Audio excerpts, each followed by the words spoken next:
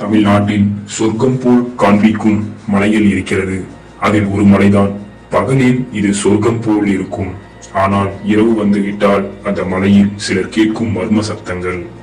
திடீரென தோன்றும் பனிமூட்டம், யாரோ பின்னால் நடந்து வருவது போன்ற உணர்வு. இவை அனைத்தும் வெறும் கற்பனையா, அல்லது இந்த மலையில் இன்னும் ஏதோ மர்மம் மறைந்து இருக்கிறதா என்று யாருக்கும் தெரியாது. அந்த மலையின் பெயர்தான் கொல்லிமலை. இது உண்மையிலேயே பேய்கள் வாழும் இடமா, அல்லது பல நூற்றாண்டுகளாக சொல்லப்பட்டு வரும் ஒரு புராண கதையா, இல்லை அங்கு இருக்கும் மனிதர்களால் சொல்லப்படும் கற்பனை கதையா? இன்று கொல்லிமலையின் மர்மத்தை ஆராயப் போகிறோம்.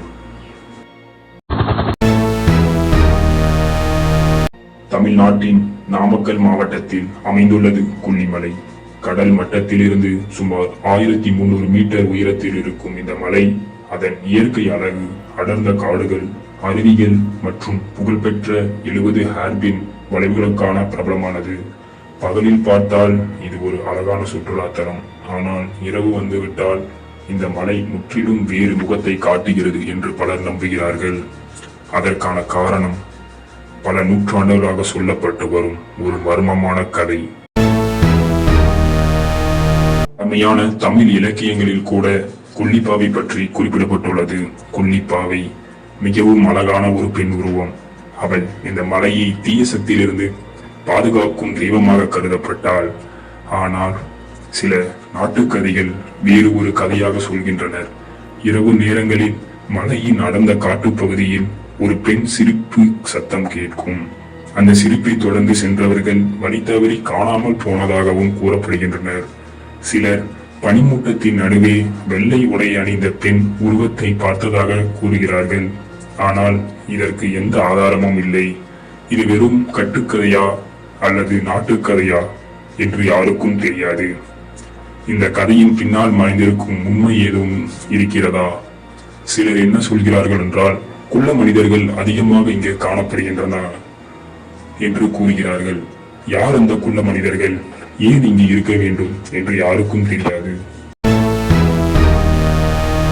இன்னும் சில சுற்றுலா பயணிகள் கொல்லிமலையின் வித்தியாசமான அனுபவங்களை சந்தித்ததாக கூறுகிறார்கள். இரவு நேரத்தில் காட்டின் நடுவே யாரோ பின்னால் நடந்து வருவது போன்ற உணர்ந்ததாகவும், ஆனால் திரும்பி பார்த்தால் யாரும் இருக்க மாட்டார்கள் எனவும் கூறுகிறார்கள். சிலர் திடீரென பெண் சிரிக்கும் சத்தம் கேட்டதாக கூறுகிறார்கள். மற்ற சிலர் மரங்களின் நடுவே வெள்ளை நிழல் நகர்வதை பார்த்ததாகவும் சொல்கிறார்கள். யார் அந்த வெள்ளை நிழல்? சில ஆண்டுகளுக்கு முன் சில இளைஞர்கள் இரவு நேரங்களில் கொல்லிமலையில் வீடியோ எடுக்க சென்றதாக கூறப்படுகிறார்கள். அவர்கள் எடுத்த வீடியோவில் விசித்திரமான சத்தங்கள் பதிவாகியிருந்ததாக சமூக வலைதளங்களில் பேசப்பட்டது.